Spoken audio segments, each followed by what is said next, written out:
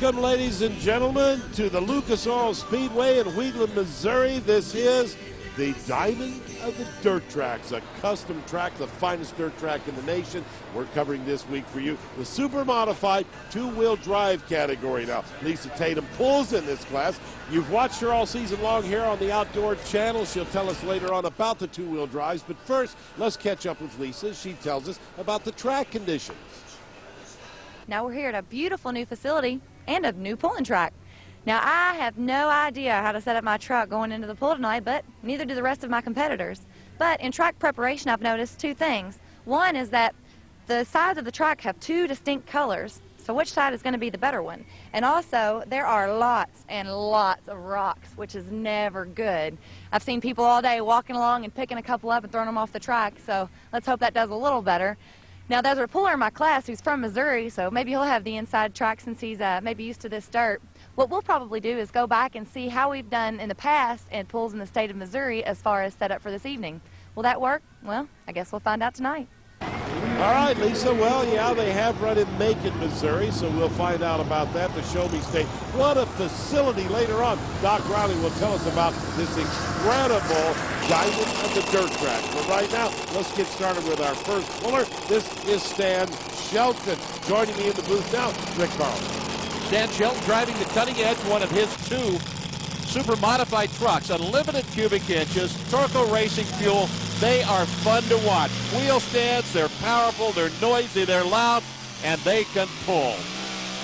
Oh yeah, look at the wheels up on Stan Shelton's truck right there. He's out of North Carolina, way up in the air. Finally, he goes 322.27 feet. So they'll reset the sled. An important part of every truck and tractor pull is, of course, the sled. Now, one thing that doesn't get discussed very often is the sled operator himself. Now, he's got the important job of determining how much weight can go in this box to let the pulling vehicles go as far as they can to put on a good show, but not to go too far past 300 feet. Now, what are the basics of a sled? Well, you've got the chain-driven box that I discussed, and you can put up to 60,000 pounds in it.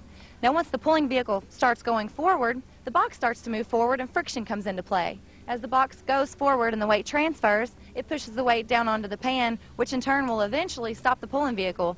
Now, while all this is going on, the sled operator is pretty much along for the ride. A ride I guess I wouldn't mind taking, and that's the basics. All right, Lisa Tatum, thank you very much. We'll see how well you can do with the sled. You see the traffic cone?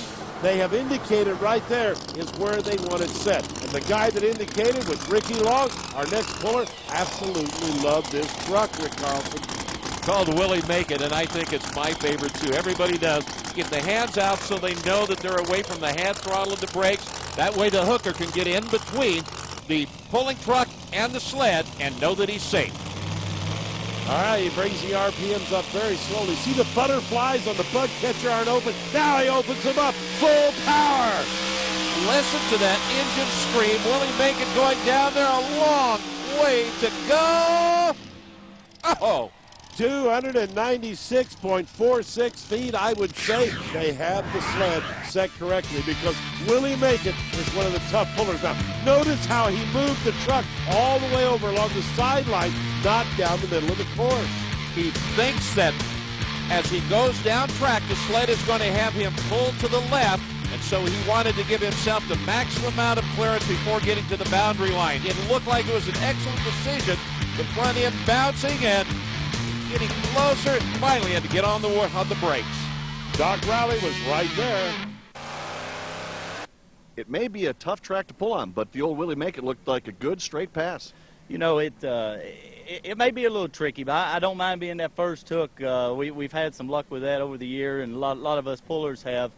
And, boy, there's a lot of good iron behind us, but one of these Lucas events, you got to be on your game to win one. So we got another truck back there. Maybe we can make some changes on it, but track's actually really good for us. We don't have a problem with it.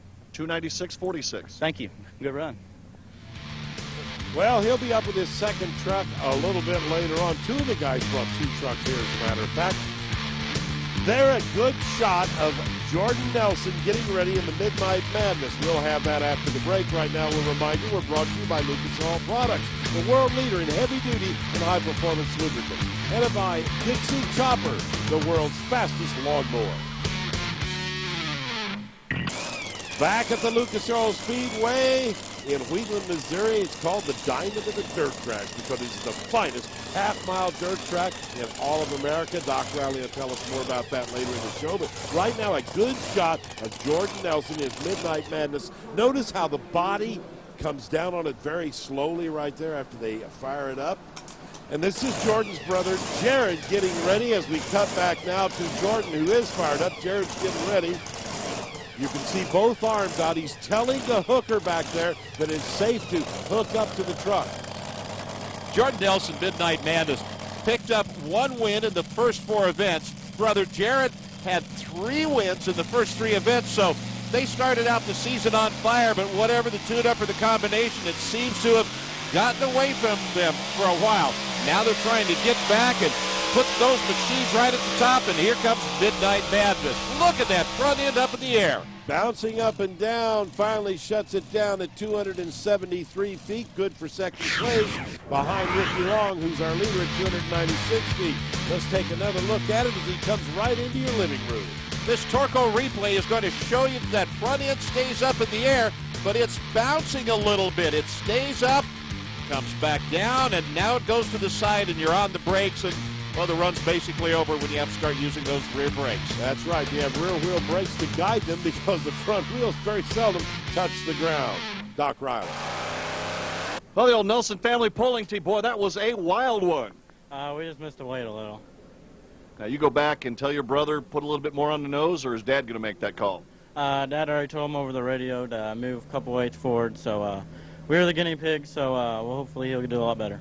You guys have been able to kind of guinea pig back and forth with some pretty good results this year. Yes, we've been working really good together. All right, here comes his brother Jared right there. They're getting hooked up. He's got it fired up. This is the Midnight Revenger. As I said earlier, he won the first 3 events of the tour. It's gone away. He just saw his brother. They've done the adjusting with the weights. Their father, who's crew chief, gave him the instructions. Now we'll see how this is going to affect the machine. They're still trying to get up to that 296-foot mark that Ricky Long, the current leader, has. And, well, they left the line, and it looked like it just never got any wheel speed. It's still trying to struggle. It's not going to make it. No, indeed. The front end barely off the ground. He didn't do all that well at 284 feet. Although that's good enough for second place. Let's take another look at it. Beautiful Chevrolet truck right here. Gorgeous paint job. That's gorgeous, but the run really isn't. You can see everything shaking there at the beginning. He's not getting the front end up in the air. It'll jump up and come right back down. There's no tire speed. Now finally some mud throwing, but he's too far along the course, and that weight box is on top of him. And when all that weight comes down on that rear axle, I'll tell you, it can slow you down pretty quickly like it does right there. Now let's go for a ride on the sled as he tracks behind Jared Nelson. That weight box is coming up, and as you see it get up there on the top, all of a sudden the front end of the truck will go up in the air and nowhere else. That's Lisa Tatum. She's spotting for her dad. She's telling the sled driver, I want the sled right here. And there is Tony Tatum, Lisa's father, in his truck, the Extreme Pleasure. Let's listen in right here as Lisa nods to her dad, hits the airplane starter right there, just like they do funny cars in drag racing. She'll disconnect that starter, and Daddy is ready to pull.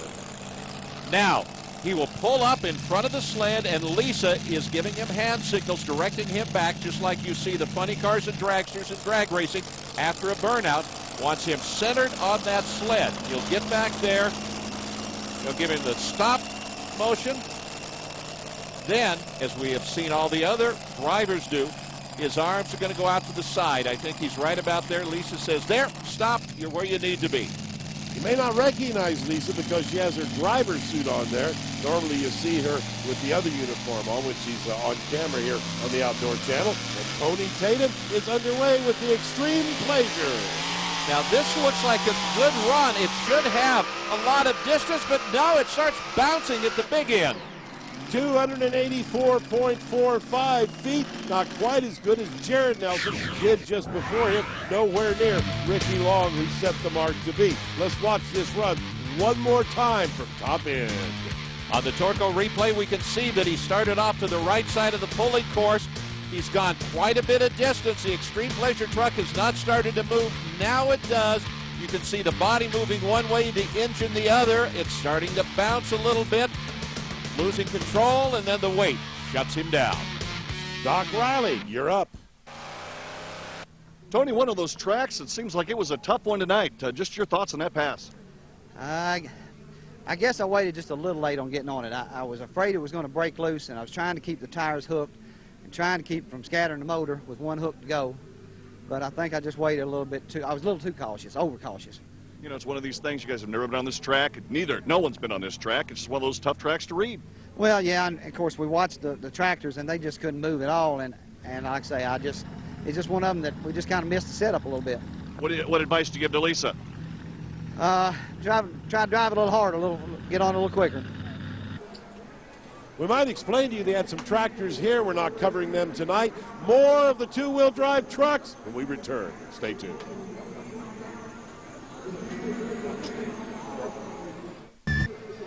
Welcome back to the Lucas Oil Speedway, the diamond of the dirt tracks, the Lucas Oil Nationals in Wheatland, Missouri. As we fire up our next super modified two-wheel drive truck, we're in the middle of that category, currently leading Ricky Long, Willie Macon at 296 feet. First, let's check in, though, with Doc Riley, who has more.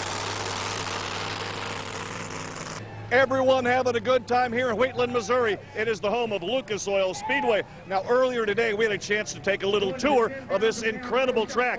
Everybody having a good time here, and it's all because Forrest and Charlotte Lucas have put together the Diamond in the Rough.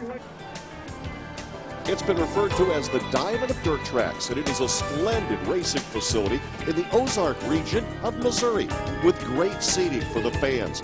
All seat backs on the grandstand side and bleacher seating on the pit side. Plenty of places to get together, talk to some friends, and watch yourself some good dirt track racing right at the tractor pull. The souvenirs stand chock full of Lucas Oil souvenirs as well as dirt track racing souvenirs. And heck, you can even pick up a quart of Lucas Oil if you need. It has been definitely fan and family friendly with a dirt track and a go-kart track right behind. The kids, plenty of places to play if they get bored with the on-track action. The staff here is excellent, catering to everyone's need, and the playground is supervised. Now for the pullers and for the dirt track racers, the pit area, outstanding. Asphalt and also concrete. And there's a two-bay wash station. Need to get away from the outside? Well, you can stop by, have yourself a cocktail in the Diamond Bar. There's also a full-service restaurant. And for the race fan, all kinds of great items at the concession stand, including Lucas beef, raised on a cattle ranch not too far away from the Diamond of the Dirt Tracks. Now for those sponsors and VIPs, beautiful suites that offer all the luxuries of home and a great view of the racetrack.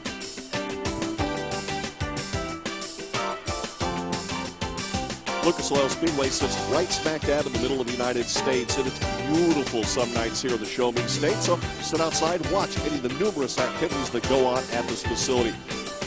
And to keep track of all the action, a scoreboard and an incredible video board. It is Lucas Oil Speedway, the Diamond of Dirt Tracks.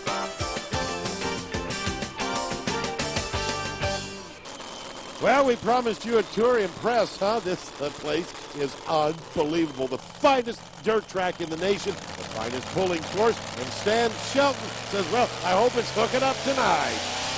We saw Sled open up as the test puller, and that truck he was driving then, the cutting edge, will be back later. But this is Sawmill Express, one of his two machines, and look at that front end, way up in the air, but not too good a distance. 272 feet, nowhere near the 296 laid down by Willie Macon, Ricky Long in that gorgeous, unusual truck. Hey, notice where Stan is lined up. Extreme side of the track right there, almost on the boundary line. I think we've seen more pullers end up on that side because they know they're going to head toward the middle. This run started okay. I don't know if he had enough wheel speed. Right now, the weight coming up, he's on those back brakes, and well, it's going to stop there.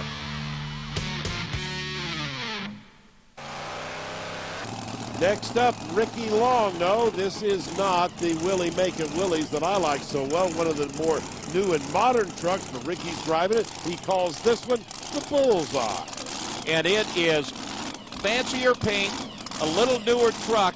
The power plant basically identical. Look at that great big heavy, the zoomies on it, the injector hat, the supercharger, all those things to put this truck down the pulling course. Running that Torco methanol, and look at him go. Bullseye looking strong at the end. Oh, is it close?